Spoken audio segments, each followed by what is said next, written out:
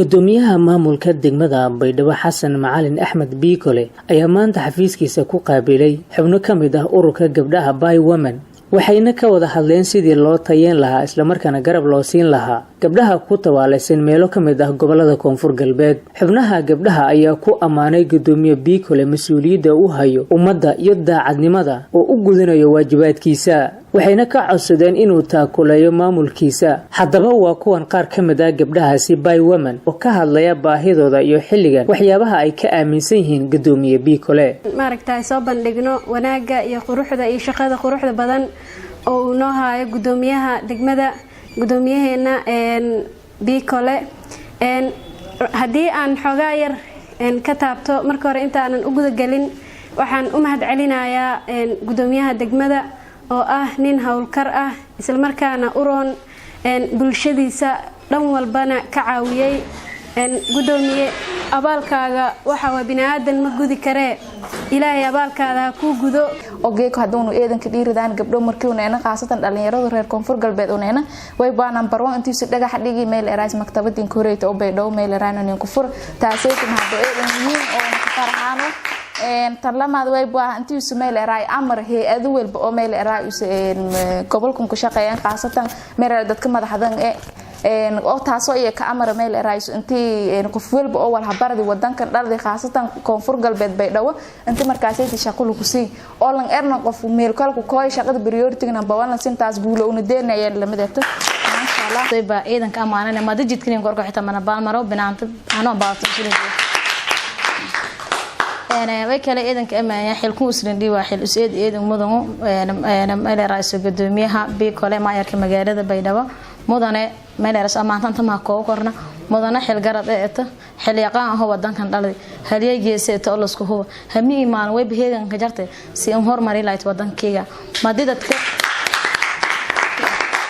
madi maqaamka adlikin dhiibi antilikin dhiibna marun surmeelan walba ani meelun iroonayt madaleer dadkan smirmeersadeen way baloogaa intii meelun munaasabad ka talan kala balanka maarayta. Xasan Macalin Axmed Biikole gudoomiyaha maamulka degmada Baydhabo ayaa u ballan qaaday ururka haweenka By Women inuu ka caawin doono hiigsiga ay leeyihiin isla markaana diyaar u yahay inay ka wada shaqeeyaan taakuleenta iyo garab istaaga dadka danyarta ah. intuu limada hadii la helo wadanku way naqday wadan hormari insha Allah intuu hoob la helay intuu kale wax la doono bilawka wadanida kamidata daljeelka kamidata dhalinyaro oo shabaab ah oo yaani wal habarati wadan soo in ka shaqeystaan fadawaatin sangarqaayn. Biikole gudoomiyaha maamulka degmada Baydhabo ayaa dhanka kale soo hadal qaaday waxyaabaha uu qabsoomay muddadii yareed ee 4 bilood uu hayay xilka. يعني شغالين كباهي هاتي قدي وين اسناي وول بانك نوع عصدي قدي وين اسناي ما إلا رأي سماها جديدك ولا كجرا يعني كبيو كواسوه والماودين ككوكه والماودين قراصته شامبركي قراصته يا لمكه قديgaas tumunqofu weelanka tala galay in ma ila raayo sumaaha jidku hoob libiyo bahal hoobka jarta in ma ila raayo sumaaha meel la kubi gudigoona gudi abashada shaqaalaha la raayo sida dhisni marka meel shaqada ka baas keeniyarta dad badan yani ma ka noolada barnaamij badan dareer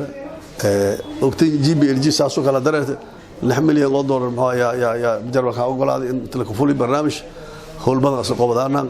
وأنا ويك الدلالة ونحتى برنامج كإسهان يجيدين باي وومن وحوي وأور عالم كجرة وقيم له. gudoomiye Xasan Macalin Axmed Biikole ayaa soo hadal qaaday mashruucida ay ka heleen maamulkiisa World Bank oo loo qorsheynayo ay dayactir iyo dhismo cusub loo sameeyo qaar ka mid ah wadooyinka waaweyn ee gudaha magaalada Baydhabo. مشروع World Bank مديس بالله يعني دولة بيك عصني إن ما إلى رئيس مهاي لشان كمبني أما روش هذا أما شين هذا أما تركي هذا إن لشان لا ميدا يوصوب agreement له وهذه لا ميدا اللي كترجع 5 سنة in kambaniga ka naqad noo suubin dowladda qodsan iyo arintaas leela fuleeda